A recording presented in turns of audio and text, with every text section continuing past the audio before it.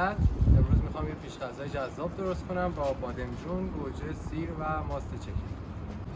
بادمجونامونو همین کلاهش رو باید جدا کنیم. همین حد. یه مقداری پوستش رو میخوام، برای همین یکی در میون پوستش رو میگیرم. پوستش هم مزه خوبی خواهد داشت.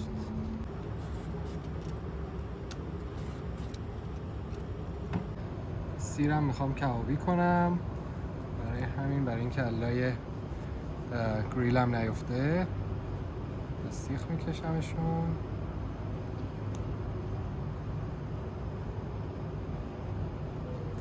خب بادمجونامون رو میذاریم که گریل بشه، کبابی بشه و همینطور گوجه و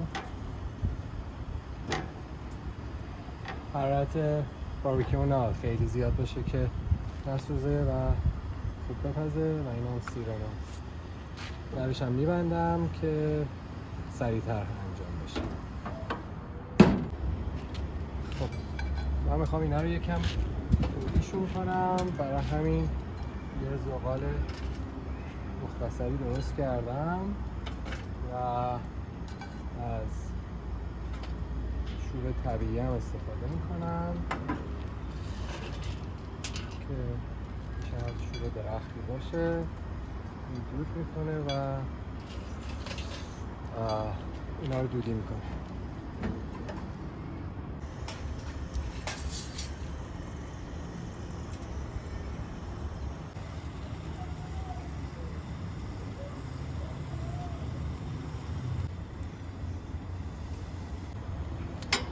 گوجه‌مون کامل پخته و بادمجونا حالا یکم بیشتر طول میکشه تا اینا رو ساتوری کنم. بادمجونا هم دیگه آماده است.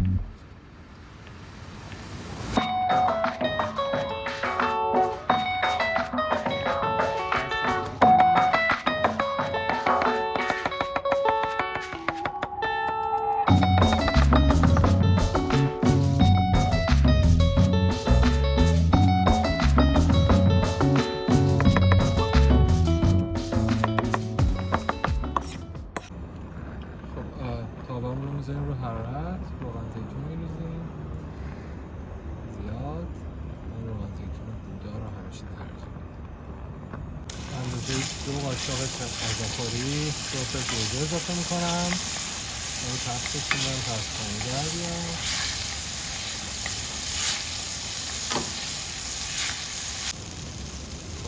یک کمی آب اضافه میکنیم که این کامل حل شه.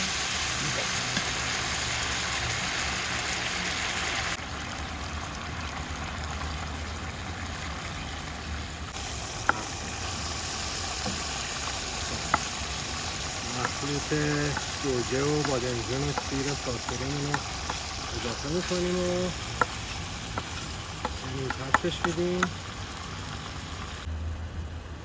حالا باید کمی زردچوبه اضافه کنیم بهش که رنگ بیشتر داشته باشه. کمی نمک دریا بهش اضافه میکنیم. فلفل سیاه،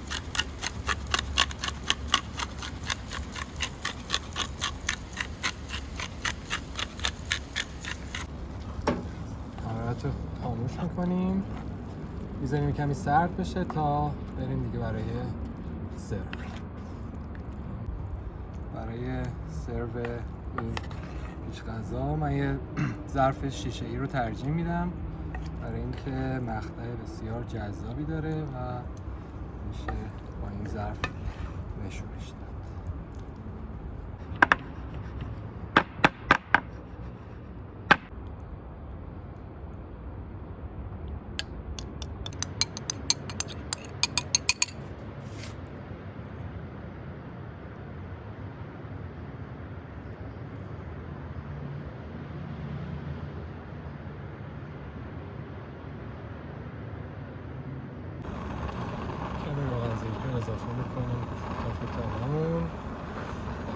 واکنش آخرش.